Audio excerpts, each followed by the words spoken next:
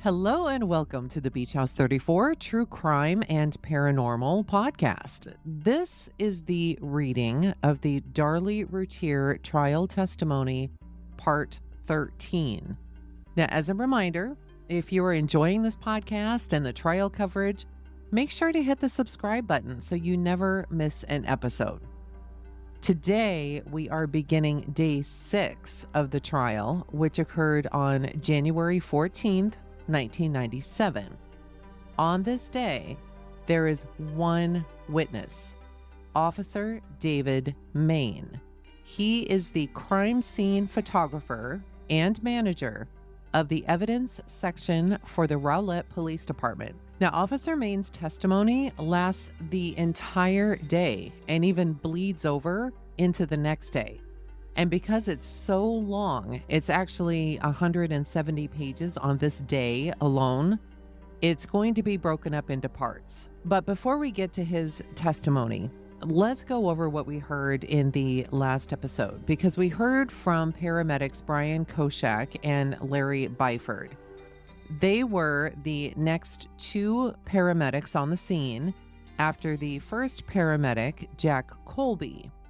Now, Brian Koshak and Larry Byford, their testimony talked mainly about tending to Darlie, her ride to Baylor Hospital, and the collection of evidence. So let's first talk about Brian. Brian Koshak gave some interesting details when he entered the Routier home. He first saw another paramedic, and this would have been Jack Colby, the first paramedic on the scene. He was already there helping Damon, one of Darlie's sons, her youngest son, which happened to be downstairs in the den area to his left. Now, directly ahead of Brian Koshak was Darlie with Officer Waddell, and Koshak estimated that both Darlie and Officer Waddell were about 5 to 6 feet away from Damon and paramedic Jack Colby.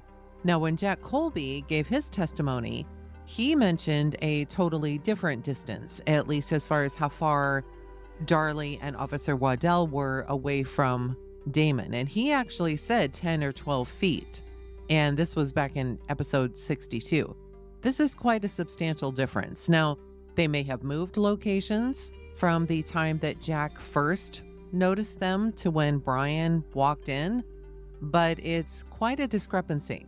Initially, when Brian Koshak was asked about another male being in the room, meaning Darren, he didn't remember seeing him. But then his memory was jogged, and he said that Darren, Darlie's husband, was in fact there, and he remembered seeing Darren walk from where Devin, the Routier's other son, was lying. He was in the middle of the room, and Darren began to walk towards Koshak and Colby, which of course is also where the other child was laying. Now, because Darren was walking his direction, Brian couldn't get through to reach Devin on that side. So what he had to do is he had to go around the couch and past Darlie and Officer Waddell to get to Devin. When he got to Devin, he knew right away that nothing could be done for him and that Devin had sadly already passed away.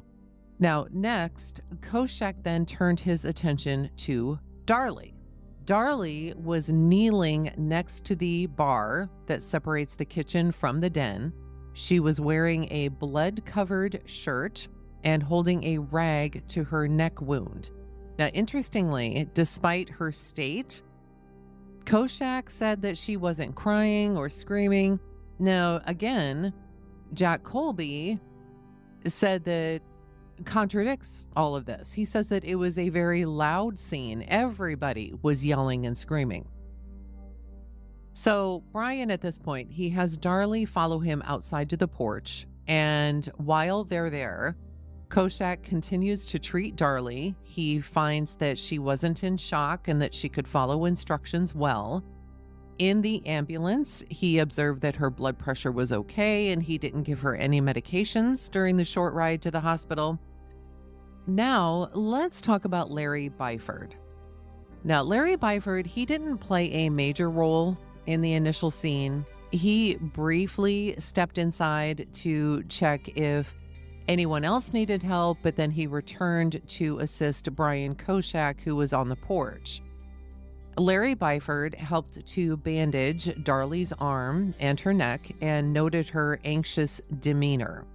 Now, interestingly, he mentioned a necklace that he saw taped under her neck bandage, and when he tried to kind of move this necklace or adjust the bandage, it made Darlie wince when it was moved, so they just kept it there underneath the bandage. His involvement mainly revolved around helping transport Darlie and gathering Darlie's medical details. Now, after Darlie was taken to the hospital, Larry Byford's partner, Eric Zimmerman, who had police training, gathered evidence, including Darlie's t-shirt and the children's clothing. Now, there's a bit of controversy here since Zimmerman, not officially a police officer, at least as far as we know, handled crucial evidence. Now, when Darlie's defense team asked for the t-shirt to not be admitted because they couldn't prove the chain of custody for the t-shirt, the court denied it, and the t-shirt was still admitted. There are still a lot of questions around this, at least for me. So was he asked to do this? Did he just grab Darlie's t-shirt and then visit the other hospital room where, Damon would have been and grabbed his clothes? Did he just gather them up and throw them in a bag? What the hell did he do with these clothes? Now, as I mentioned in the last podcast episode, I cannot believe that Zimmerman isn't listed as a witness in post-trial or even has an affidavit. I really hope I'm missing something here because this seems to have really gone off the rails if someone is just randomly picking up evidence at the hospital. But wait, I did some further research and discovered that Eric Zimmerman was, in fact, spoken to by Darlie's defense attorney, and that he, Eric Zimmerman, provided a deposition which could be used later in court. So you might think, well, why aren't they bringing this up? Well, it's because the deposition was taken in the summer of 1996. So around June, July, August. And at that point in time, Darlie's defense attorney was different. Darlie's attorney at that time was Mr. Douglas Parks. Now, her attorneys, the ones that she's using in court, they were assigned in late October of 1996. Now, I'm no lawyer, but what I have researched is that even if attorneys are changed, the deposition can still be used. They don't have to use it, but it is there for them to use. Now, we're only partially into the trial, so we'll see if it comes up. It should, in my opinion, but, then again, who am I, right? This information came from the motion to hold Darlie without bond, and you can actually listen to this on episode number 39. If you don't want to go through the whole thing, though, in a nutshell, this is what was said by Darlie's then attorney, Mr. Douglas Parks, and it went like this. Mr. Douglas Parks addressed the court indicating their intention to call Brian Koschak, a paramedic, to the stand. Now, Mr. Parks explained that they believe that Koschak would provide valuable testimony as he was one of the first responders, arriving in one of the two ambulances that reached the scene on Eagle Drive on June 6, 1996. Koschak's insights into the treatment of the children, his movements within the house, and the overall state of the crime scene would be critical, especially since the case hinged on circumstantial evidence. So getting an early perspective of the scene before it was disturbed by police and others was deemed essential for the court's understanding. Now, what Douglas Parks wanted to do was to expedite this process, and along with Brian Koschak, wanted to call several other individuals, all of them involving the paramedics. So these included Captain Dennis Vrana, Jack Colby, Rick Coleman, Mike Youngblood, and Todd Higgins, who could all provide similar testimony to that expected from Brian Koschak. So in response, Mr. Greg Davis, who of course is the prosecution for the state, reiterated some of his previous arguments. And again, this is back in this document, and added that the defense had already had the chance to take depositions from 2 other Rowlett Fire Department paramedics, including Eric Zimmerman and Larry Byford. So this is how we find out that Douglas Parks already sat down and spoke to these 2 and took depositions from them. The court then weighed in and said that unless there was a very specific reason, these additional witnesses, including Brian Koschak and others mentioned by Parks, remember, the defense, could not be called at that time. So Douglas Parks, in other words, wanted to call these paramedics to the stand for the defense, but the court denied it. And of course, they are up there for the prosecution. So take that for what you will. All that said, let's get into today's testimony of Officer David Mayne. And the direct examination begins by Mr. Greg Davis. Sir, would you please tell us your full name? David Ray Mayne. And please spell your last name for the court reporter. Last name spelling is Mayne. Sir, are you a Rowlett police officer? Yes, sir. Okay. And how long have you been with the Rowlett Police Department? A little over 10 years. Are you assigned to any particular section or division at this time? I'm assigned to Support Service Division, which includes crime scene. What are your duties and responsibilities in that section?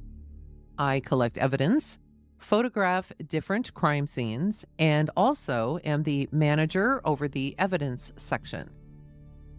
Okay, did you have the same duties and responsibilities back on June 6th, 1996? Yes, sir, I did.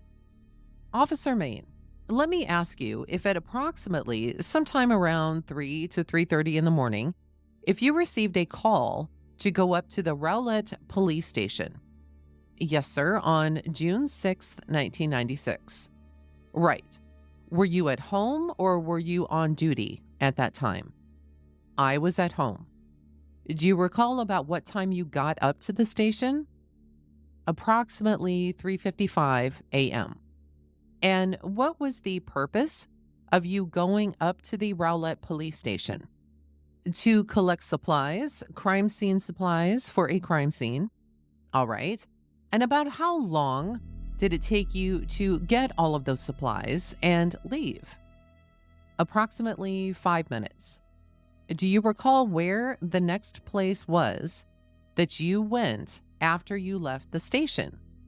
Yes, sir. Fire station number 2. And what was the purpose of you going over there to the fire station? To collect clothing from a victim and also the defendant. Okay. Officer Mayne, if you would, look at what's been marked as State's Exhibit 23 and 23-A and tell me whether or not you recognize that to be some of the clothing that you retrieved at the Rowlett Fire Station that night. Yes, sir, it is. All right. A pair of blue jeans and a pair of underwear. Is that right? That's correct. Okay. Officer Mayne, first looking at State's Exhibit 23-A is just a pair of underwear. Is that correct? That's correct.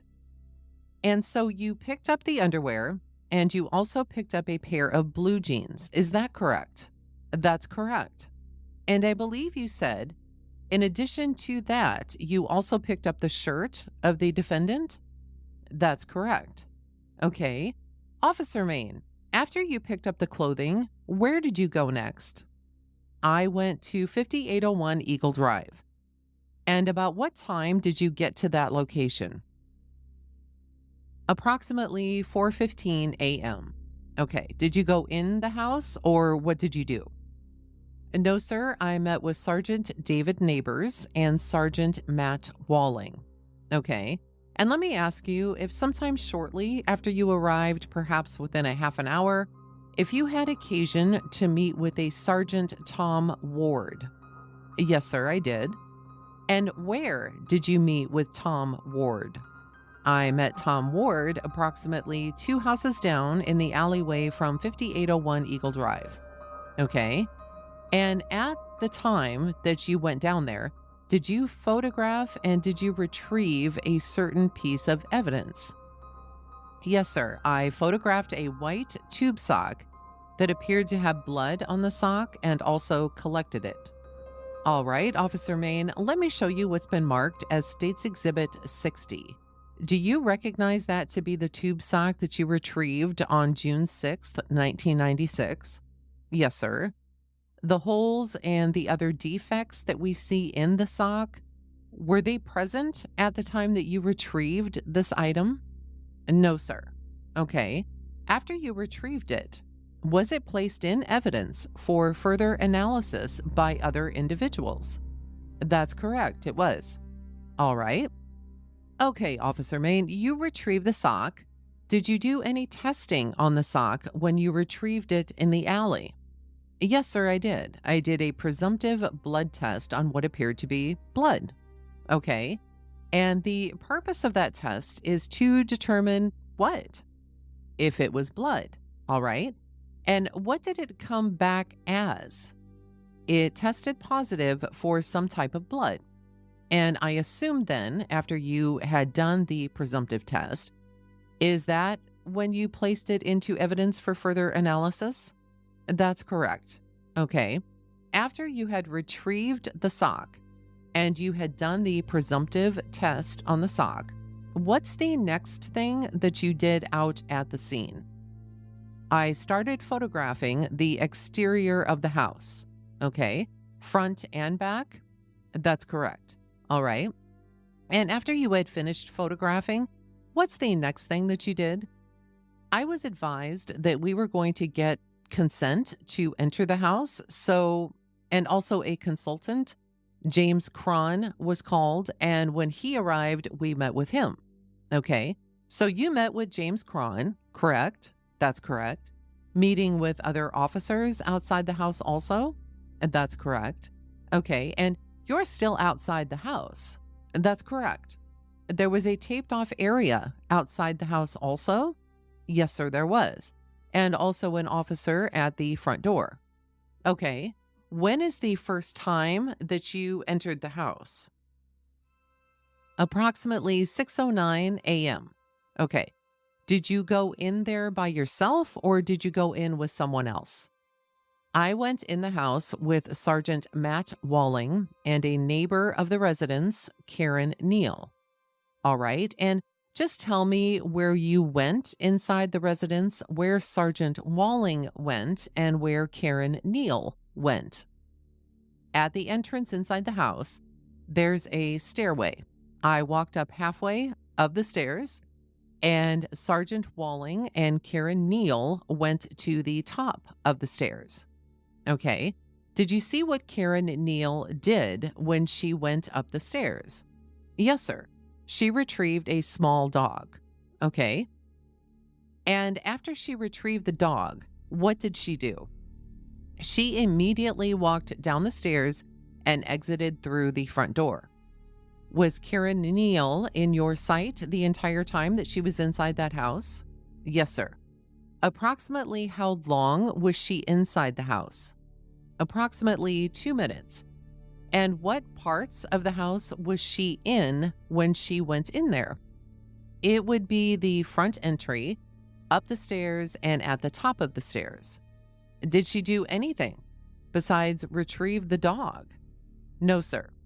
You said that she left about 2 minutes later. Is that right? Yes, sir. Did you and Sergeant Walling leave the house? No, sir. Okay. Did anyone else join you inside the house? Yes, sir. James Cron and Sergeant David Neighbors. Okay, so you're inside the house. And is Sergeant Walling still in there? Yes, sir. And James Cron, the consultant, came in? Yes, sir. Who else? Sergeant David Neighbors. So now there's 4 of you in there? That's correct. And when you had been joined by James Cron and David Neighbors, what did you and Sergeant Walling begin to do?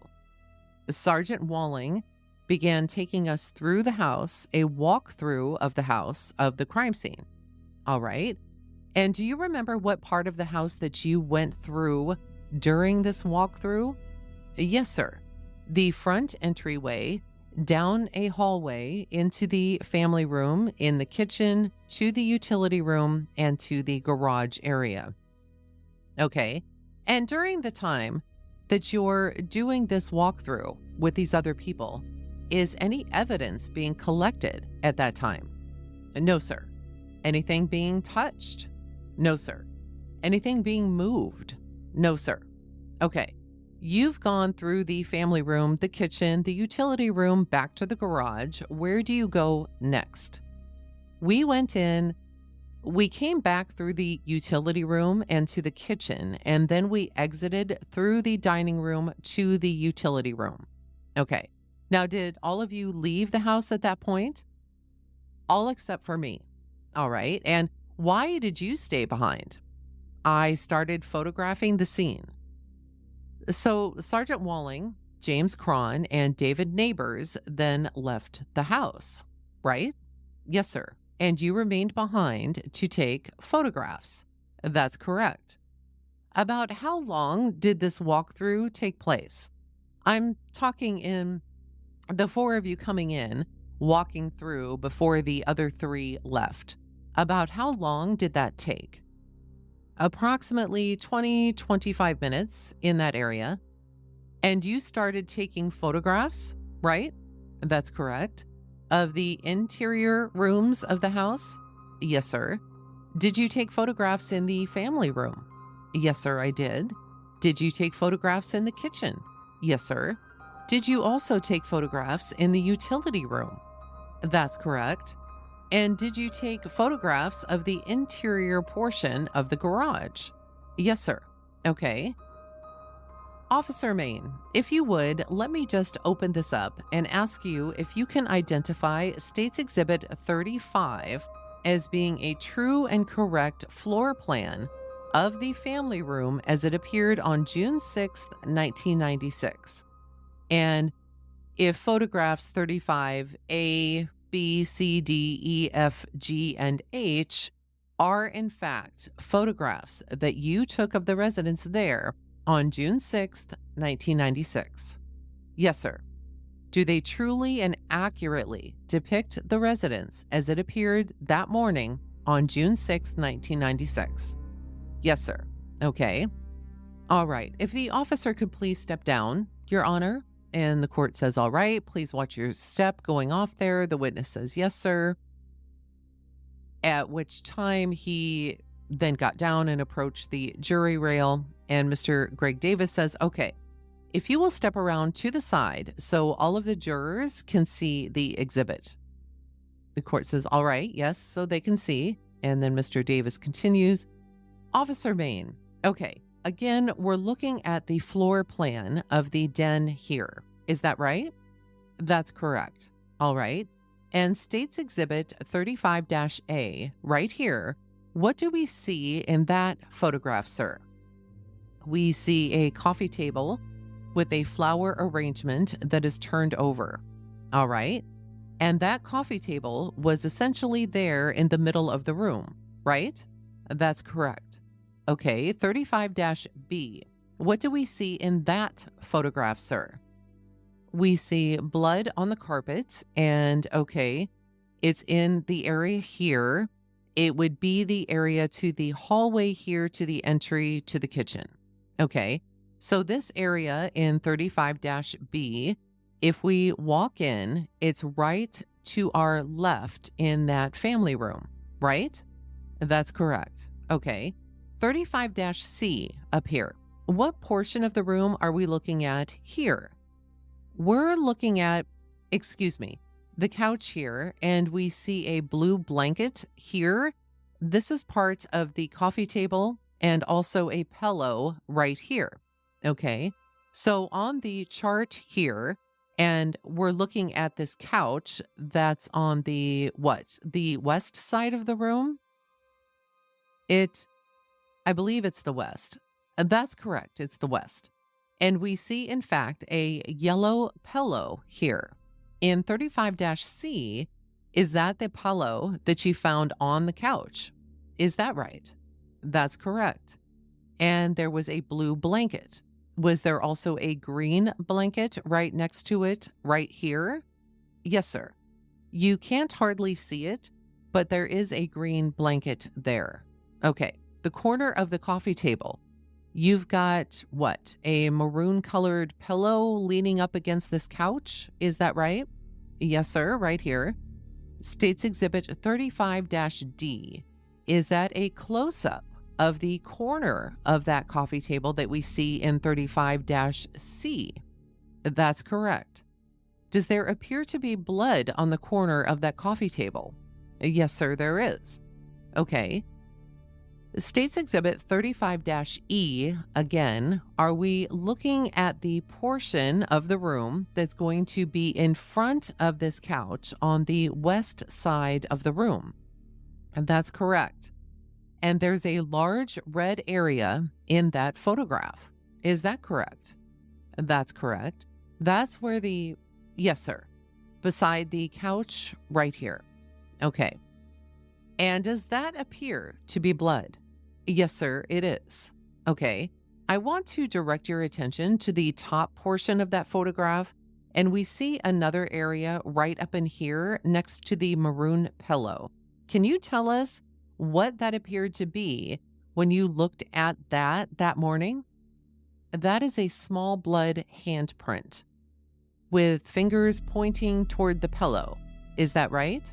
That's correct. States Exhibit 35-E. Are we looking between the two couches at this point? Yes, sir, we are. And as you looked at the armrest, did there appear to be blood on the armrest of the couches? Yes, sir, there is. And 35-G, are we now looking from behind the couch on the north end of the room? Yes, we are. And does there appear to be blood along the armrest of that couch, also leading back? Yes, sir, there is. States Exhibit 35-H. Is that a photograph of the couch on the north side of the room? Yes, sir, it is. It shows a portion of the maroon pillow and then other pillows that you found on the couch. Is that right? That's correct. Now, officer, I believe you testified that you also photographed the kitchen. Is that correct? That's correct. Okay. If you will please look at States Exhibit number 36, 36-A, -B, -C, D, E, F, and G. And let me ask you, if 36 is in fact an accurate floor plan or depiction of the kitchen as it appeared that morning on June 6th, 1996, and if the photographs marked as States Exhibits 36-A through 36-G are in fact true and accurate depictions of the kitchen as it appeared to you on June 6th, 1996. Yes, sir, it is. And those are, in fact, photographs that you took of the kitchen area. Is that right? That's correct. Officer, as we look through, first of all, if we're looking at The court then says, better lean over a little bit. Mr. Mosty, can you see that over there? Mr. Mosty then says, yes, sir. The court says, okay, good. Can the jury see that? Okay, good. Mr. Greg Davis then begins again. As we look at this diagram, the left portion, if we were to walk out the left portion, would we be walking into the family room that we just looked at? Yes, sir. All right. So the left portion of the kitchen then faces to the family room. Is that right? That's correct. The right portion, does that lead back here to the utility room? That's correct. Do we see a green object here? What is that? That's a green rug. Okay. We see the kitchen sink here. Yes, sir. And pointing to another area, is that the range? Yes, sir. The refrigerator, the black object here? Yes, sir. Two rectangular areas. Are those also rugs? Yes, sir, it is. Okay. We've got another circle with a line through it with some bottles. Was there a wine rack located in the kitchen in that area? Yes, sir, it was. And we have another circular area. Was this a trash can that was located in that portion of the kitchen? Yes, sir, it was. And we've got another white rectangle. Was that an island? The counter? Yes, sir. Okay. If we can, we'll start here at State's Exhibit 35-A. Tell us what we see in that photograph. It's the end portion of the bar with a white-handled butcher knife with blood on it. Okay, so we're looking at the end of the counter right here, right? That's correct. And we see here a knife with a handle pointed toward the kitchen area, correct? That's correct. And the knife had blood on the blade and the handle. Okay. Was there also any blood that you could see up here on the counter? Yes, sir. There was some cast-off type blood on the counter and also blood drops. Okay, now State's Exhibit 36-B. Is this a photograph of the same area with the knife now gone? That's correct. Okay, and did you yourself retrieve that knife and take it off the counter? Yes, sir, I did. And when the knife was removed, could you still see blood present on this counter area? Yes, sir, you could. And is that depicted in State's Exhibit 36-B? Yes, sir. If you could now, let's look at State's Exhibits 36-C and 36-D. Do we see the wine rack? Yes, sir, we do. And again, that's going to be located as you come in through the family room right in this area, right? Yes, sir. Mr. Richard Mosty then says, Your Honor, we are going to have to object to the continuous leading. The court then says, well, let's phrase the questions properly, sustain the objection. Mr. Greg Davis then says, all right, what are State's Exhibits 36-C and 36-D? It is a tall wine rack leading into the kitchen from the family room, and you can see a wine bottle here that is partially turned over.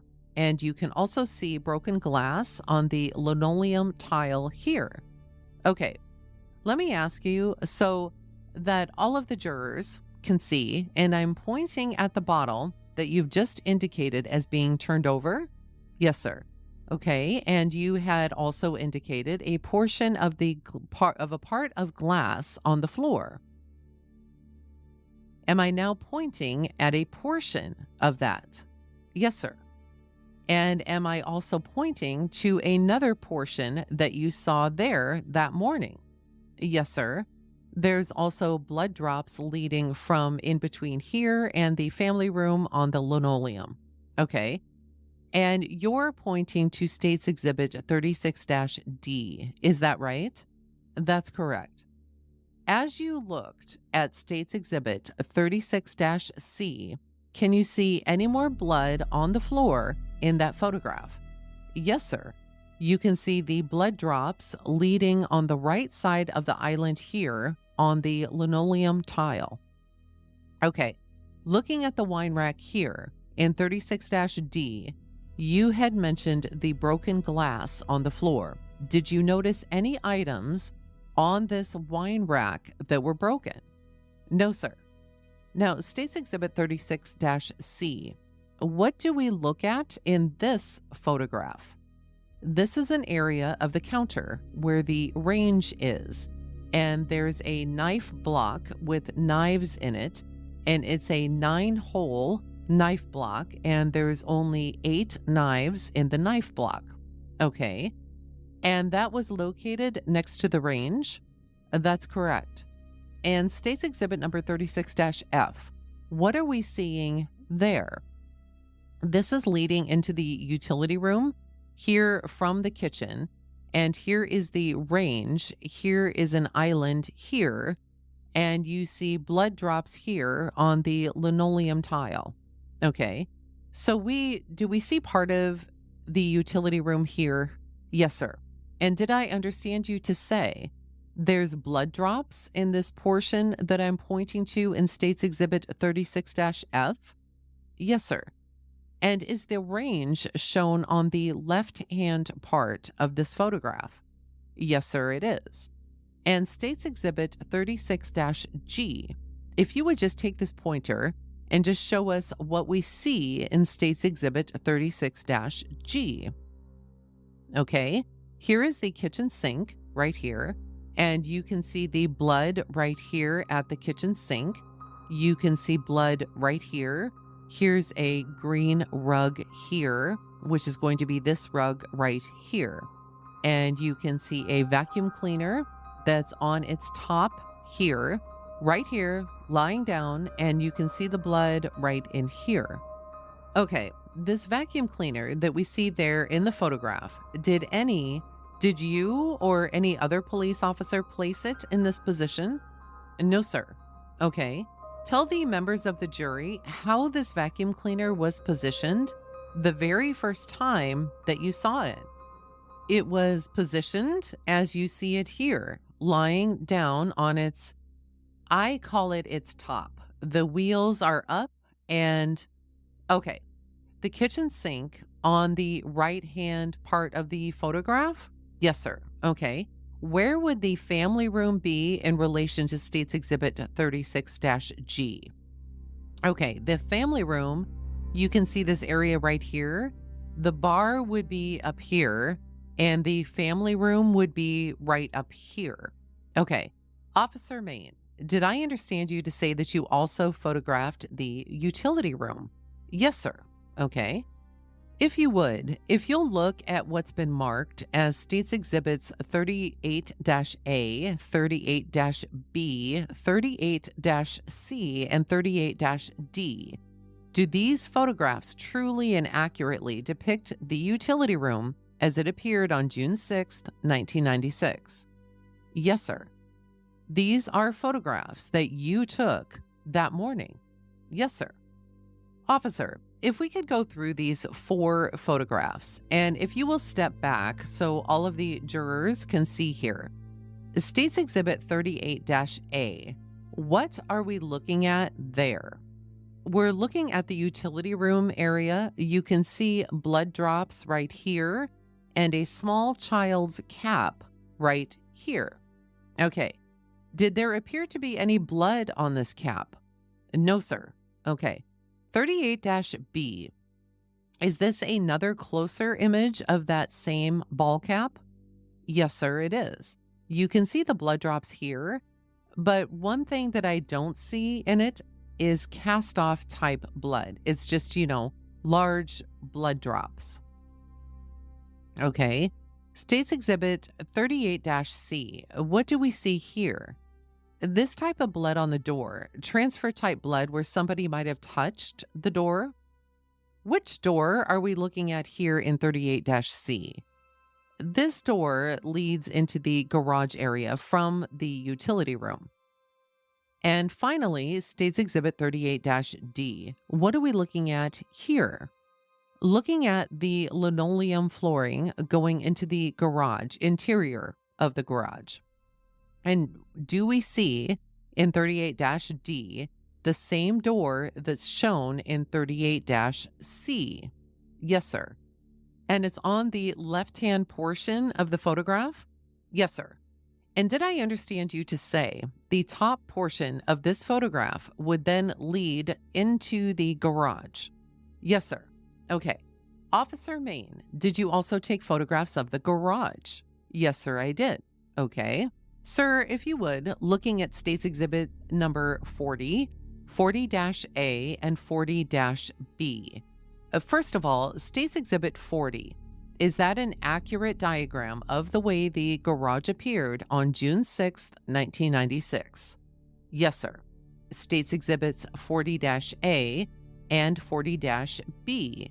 Do those photographs truly and accurately depict the garage as it appeared during the morning hours of June 6th, 1996? Yes, sir. Okay. Just so we can orient the jury, on State's Exhibit 40, do we see a portion of the kitchen in that diagram, sir? Yes, sir, right here. And do we see the doorway that would lead from the utility room into the garage? Yes, sir, it's right here. And we have a white rectangle in the garage. What does that represent? It's a freezer/refrigerator. All right. If we could, looking first at State's Exhibit 40-A, what part of the garage are we looking at there? We're looking at, if you need to, why don't you just take this? Yes, sir. We're looking at this area here. It would be this area up here through here. It's the overhead garage door. Okay. Overall condition of the garage that morning? Boxes, bikes, just a normal garage. Okay. State's Exhibit 40-B. What are we looking at there, sir? We're looking from down here. This would be the door leading from the utility room. This is the wall here. And this is the area to the window that I was told that the suspect entered and exited. All right. The top portion of the photograph, does it show the window that you believed or were told to be the point of entry? Yes, sir. Was there anything still on that window? Yes, sir. The screen was on the window. Okay. Can we see the screen in the photograph? Yes, sir. You can see it with the cut in the window screen. All right. This wooden object with the wire next to it, what is that? That's some type of animal cage. Okay. Were there any animals in this cage? No, sir. What's in the cage then? It looks like some type of litter, cat litter box maybe, and just bowls for animals eating and drinking. Beside them, to the left of the window, that's a carrying case for an animal. Okay. And we've also got a trash can here and some shoes here. In this area here, I determined that it was some type of liquid Kool-Aid, maybe some type of... Okay, you talked about a presumptive test for blood on the sock. Did you do a presumptive test for the area that is shown here on State's Exhibit 40-B? No, sir, I did not. Was it later? Did someone else do some analysis on that? Yes, sir. And also, you can see the trash can here, and this would be the refrigerator freezer right there. Okay, directing your attention back to the window. Was the window open or closed when you first saw it? It was open. Okay. Before you photographed this window, sir, did you change the position of the window in any way? No, sir, I did not. How about the screen? Did you touch the screen or reposition it in any way before photographing it here in State's Exhibit 40-B? No, sir. Also in here, we searched for blood on any of these items on the windowsill, and we could not locate any blood. Mr. Greg Davis then says, "Why don't you go back up to your seat?" And he goes back to the stand, and then questioning was continued. Officer Mayne, after you photographed the portions of the house that we have just seen, what's the next thing that you did? waited on the medical examiner field agent. All right. And do you know about what time the medical examiner came into the house? Yes, sir. Approximately 6:55 a.m. All right. And what did you do when the medical examiner came in? I met with her and we proceeded to go to where the body was in the family room. Okay. And what did you do then? She uncovered the body and I began taking photographs of the body. Okay. Of the child that was still in the room? That's correct. Now, would you mind telling us then, what's the next thing that you did after you finished taking photographs of the other child?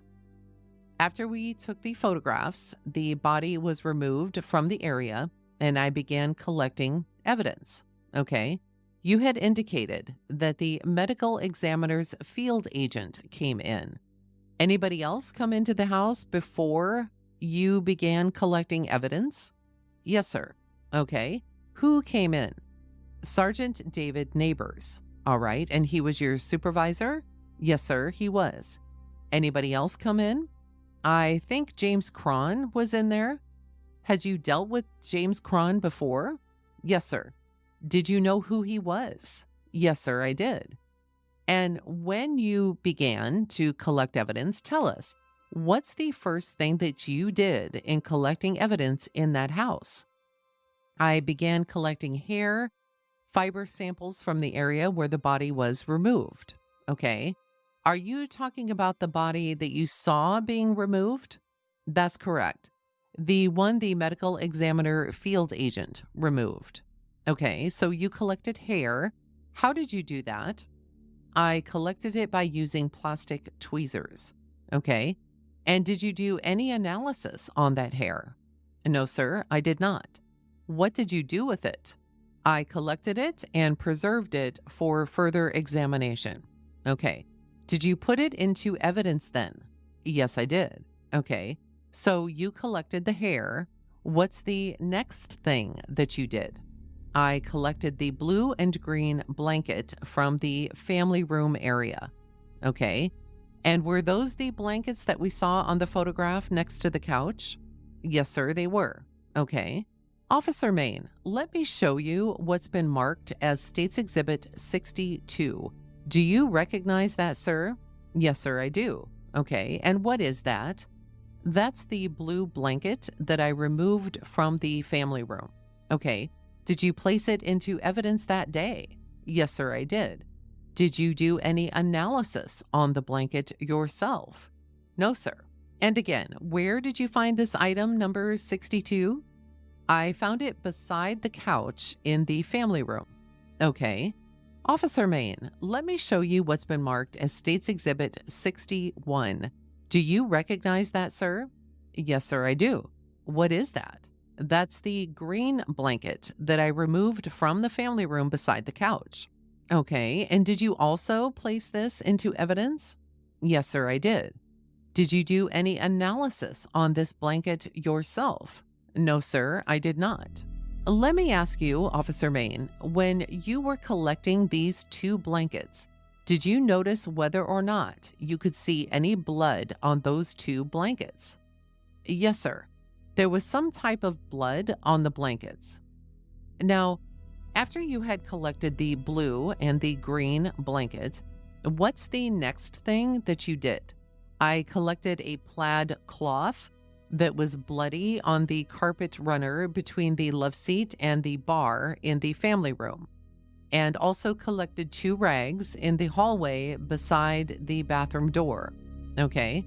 Let me also ask you if at some later date, whether or not you retrieved any evidence from the front porch of the house. Yes, sir, I did. And what evidence did you retrieve out there? A white rag that was bloody on the front porch. Okay. Sir, if you would look at State's Exhibit 66, do you recognize that? Yes, sir. Okay. What is State's Exhibit number 66? The white rag that was on the front porch. Did you retrieve that? Yes, sir, I did. And did you place that into evidence also? Yes, sir. Did you do any analysis on that rag yourself? No, sir. All right.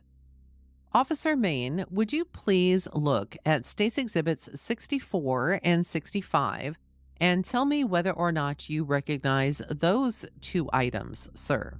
Yes, sir, I do. Okay, and what are they? The rags I found in the hallway. Okay, and then did you place them into evidence? Yes, sir, I did. Did you do any analysis on them yourself? No, sir. Okay. All right. You've collected washcloths now. Please tell us the next thing that you did inside the house. I collected the white butcher knife that was on the bar and also the butcher block. Okay. And before you collected those two items, sir, did you photograph them? Yes, sir, I did. Okay. Officer Mayne, if you will look please at State's Exhibit 37-A and 37-B. First, does 37-A truly and accurately depict the knife as it appeared on June 6, 1996? And does State's Exhibit 37-B truly and accurately depict the butcher block with the 8 knives as it appeared on June 6, 1996? Yes, sir, it does. Again, just very briefly, 37-A shows the knife on the bar. Is that right? That's correct. 37-B that shows the butcher block with the knives? Yes, sir, it does. Okay. Was there one of the slots still open and empty on the butcher block? Yes, sir, it was. Okay. Officer Mayne, if you will please, look at State's Exhibit 67 and tell me whether or not you recognize that. Yes, sir, I do. Okay, what is State's Exhibit number 67? That's the knife that I located on the bar. Okay, is that the same knife that is shown here in State's Exhibit number 37-A? Yes, sir, it is. Okay, when you retrieved State's Exhibit 67, did you place it directly into evidence or what did you do with it?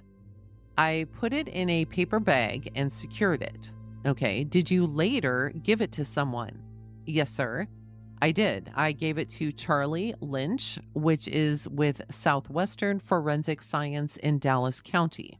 Officer Mayne, let me show you what's been marked for identification purposes as State's Exhibit 67 something, and this is a mistake actually in the trial testimony notes. It says 67-A, but that is not correct.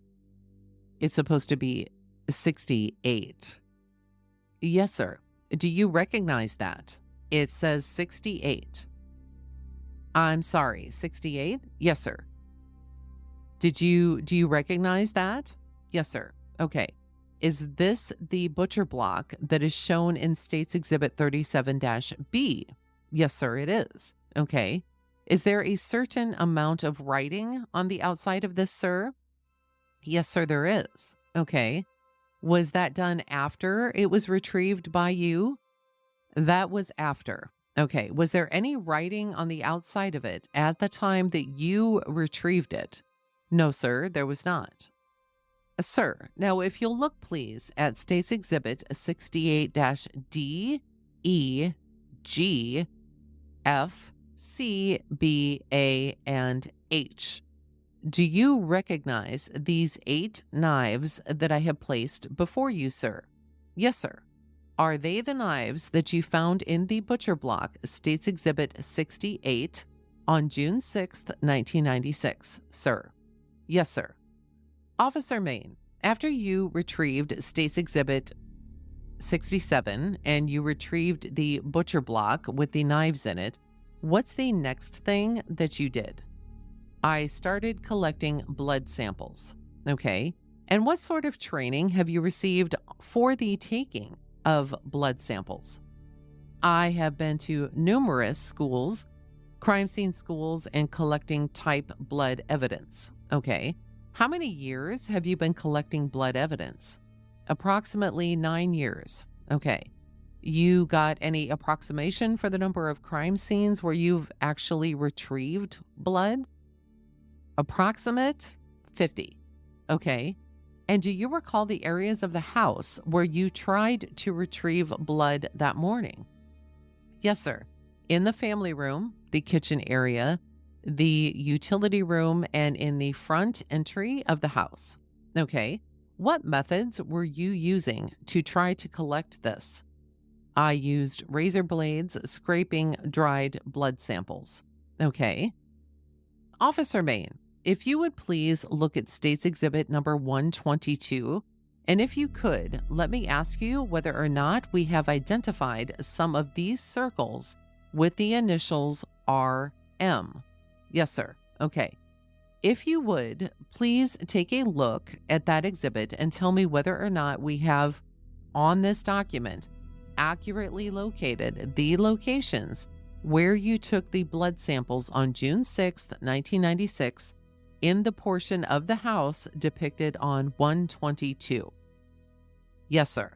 Okay, and again, the areas that you went to take these blood samples? The family room, the kitchen area. What part of the family room? The family room, the coffee table in the center of the room. I removed a dried blood sample from the corner of the coffee table. Okay. In the kitchen area, the bar where the white butcher knife was removed, I collected a dried blood sample from that area. Also, at the sink area, at the front of the sink on the counter, I removed a dried blood sample from there. In front of the range area on the floor, I collected a blood sample there. In the utility room on the floor, I collected a blood sample there. And in the front entry area where the carpet starts in the hallway, I took a dried blood sample there. Now, what did you do with these blood samples? I packaged the blood samples and preserved them for evidence. Okay. Did you yourself do any analysis on the blood samples that you retrieved out there that morning? No, sir. Okay. Did you place them into evidence then? Yes, sir, I did. Now, if you would please tell us, what's the next thing that you did after you retrieved the blood samples from the location that you just noted? I cut the bloody handprint from the carpet in the family area right beside the couch area, and also cut a strip portion of the carpet behind the couch where there was a possible shoe print. Okay. Officer Mayne, if you would please look at State's Exhibit 81 and tell me whether or not you recognize that, sir. Yes, sir, I do. And is that one of the carpet pieces that you retrieved that morning? Yes, sir. Would this be the portion behind the couch? That's correct. Okay. And if you will look at State's Exhibit 82 and tell me whether or not you recognize that. Yes, sir, I do. And is that another portion of the carpet that you retrieved on June 6th, 1996? It is. Looking at State's Exhibit 82, sir, what do we see on State's Exhibit number 82? It's a small blood handprint. Okay. If you would now, please tell us the next thing that you did after you retrieved the two portions of carpet in the family room. I then went to the kitchen area and collected a piece of the broken glass that's on the kitchen floor, and also lifted the vacuum cleaner from off of the floor. Okay. Officer Mayne, if you would please look at State's Exhibit 69 and tell me whether or not you recognize that exhibit, sir. Yes, sir, I do. And is that the glass that you collected from the kitchen floor? Yes, it is. On June 6th. That's correct. And just for the record, there are several pieces of glass in State's Exhibit 69. Is that right? Yes, there is. Okay. I want to go back with you just a moment to a portion of your testimony where you talked about retrieving towels or rags from the floor. Do you recall that? Yes, sir. And is it true that we have seen the white rag from the front porch? Yes, sir. And the two rags from the hallway. Is that right? That's correct. Okay. Sir, if you would please look at State's Exhibit number 63 and tell me whether you recognize that. Yes, sir, I do. What is 63? That is the bloody rag that I collected in the family room between the love seat and the bar on the plastic runner. Again, I'm displaying that to the jury. Is that just a white and green plaid rag, sir? Yes, it is. Did it appear to have blood on it when you retrieved it? Yes, sir. Okay. And going back to where we were, as I understand, when you retrieved the last item, did I understand you to say that you started looking at the vacuum cleaner? That's correct. Was it still located in the kitchen? Yes, it was. Was it still in the same position that you had first seen it? Yes, sir, it was. What is the first thing that you did when you went back over to that vacuum cleaner? Myself and James Cron started looking at it, and we observed blood footprints underneath the vacuum cleaner. Okay. Well, are you actually looking at the floor around the vacuum cleaner then? Yes, sir. Is this when the vacuum cleaner is still on the floor? Yes, sir. And did you determine to do anything at that time? Well, we determined to lift the vacuum cleaner up and look further. Sir, let me ask you to look at State's Exhibit 93. Do you recognize that, sir? Yes, sir. And what is State's Exhibit 93? That's the vacuum cleaner that was on the kitchen floor. Okay. Okay, if you would, officer, please step down.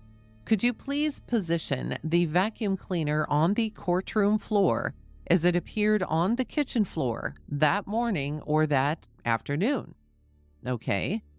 Whereupon the witness stepped down from the witness stand and approached the jury rail, and the proceedings were resumed as follows.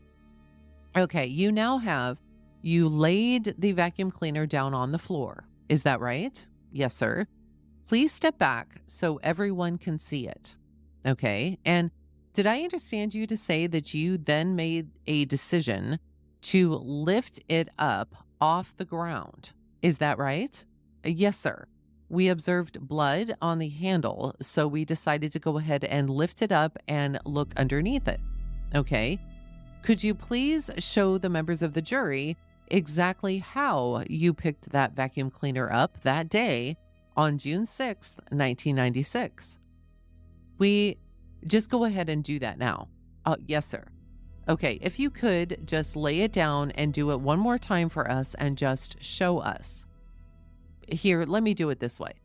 Okay, when you lifted it up, did you roll the vacuum cleaner on the floor in any way? No, sir. Just strictly picked it straight up. That's correct. And you're holding a portion of the handle right below the light-colored handle. Is that right? That's correct. Okay. Have a seat right up there, whereupon he goes back to the witness stand. And the court at this time says, Mr. Davis, I think we'll take a 15-minute break now. And Mr. Greg Davis says, yes, sir. And the court said the jury needs to warm up. So as for this particular podcast episode, I am also going to end this one here because we have quite a bit more testimony from Officer David Mayne regarding this whole crime scene. But before we go, here's just a few observations that I had. Okay, so in the first hour of testimony, we learn that after Officer Mayne was called to the scene at the Routier home, he first stopped at fire station number 2 to pick up evidence. Quote, clothing from a victim and also the defendant. It isn't said that he picked up, quote, evidence, just that he picked up, quote, clothing. He didn't mention that he picked up the bags that contained the clothing, just simply, quote, picked up the clothing. It's not very detailed, but maybe we'll get into that as he's cross-examined by Darlie's defense team. So I keep getting this nagging feeling, though, through all of this. Was this normal procedure? It's safe to say that Rowlett hasn't had a crime like this. So, who's to know for sure what their policies are, if they had any at all? So, let's say that Zimmerman was instructed to gather up these items and keep them for the police. Did he wear gloves when he handled this clothing that he picked up? Did he physically touch the clothing without gloves at any point in time? Did he have a secure container to keep the evidence in that was able to be sealed? Was there a chain of custody record at all? Why was the evidence taken to the fire station instead of directly to the police station? And again, maybe we'll hear more as his testimony continues. However, we next hear that Officer Mayne takes this evidence that he just gathered from fire station number 2 and then goes to the Routier's home. And he gets there at about 4:15 a.m., where he then starts to take photos and such. But I was interested to know what the temperature was outside at the time that he was in the home. Now, while I don't have the exact details, I do know that according to the Dallas-Fort Worth International Airport, on June 6th, 1996, it was already 72 degrees outside. Now, the high for the day was 88 degrees. Thunderstorms were also forecasted for the day, which likely means that it was pretty humid outside. So, what's my point with this? Well, given this information, and depending upon where he was parked when he arrived, the biological evidence on the garments could potentially be affected. If he were parked in an area with little to no shade, when the sun rose, the temperature inside the car would likely rise, causing potential problems with the biological items on the clothing. So again, we're early in his testimony, so we'll likely hear more about this, I hope, later on. So when Officer Mayne did get there to the house, he met with Officer Ward where the sock was found. He then photographed and retrieved the tube sock.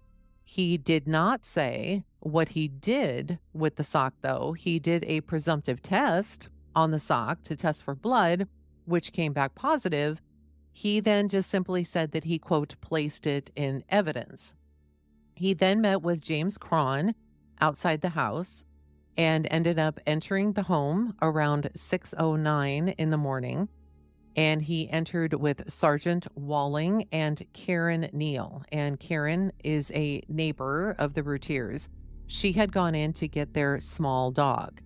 She left about 2 minutes later, and he and Walling remained in the house, at which time James Cron and Sergeant David Neighbors then entered. So at this point, there's 4 of them in the house. Sergeant Walling then took them on a walkthrough of the house, and during this walkthrough, no evidence is collected or touched, and this took around 20 to 25 minutes. Everyone then left but Officer Mayne, and he stayed behind to take photos. So for the rest of most of this first hour of testimony, we hear about the photographs that were taken at the scene.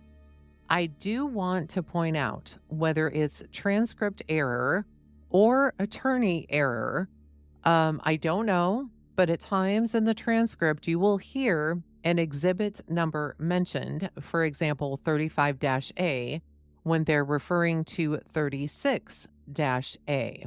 It's pretty easy to determine what they're actually talking about, but I just wanted to point that out. At 6:55 a.m., the medical examiner then arrived to take care of Devon's body, which was still in the family room. And before Officer Mayne began to collect evidence, Sergeant Neighbors and James Cron then re-entered the house. Officer Mayne said he collected a bloody plaid cloth between the love seat and the bar in the family room. He also collected 2 rags in the hallway beside the bathroom door. as well as a white rag that was bloody on the front porch.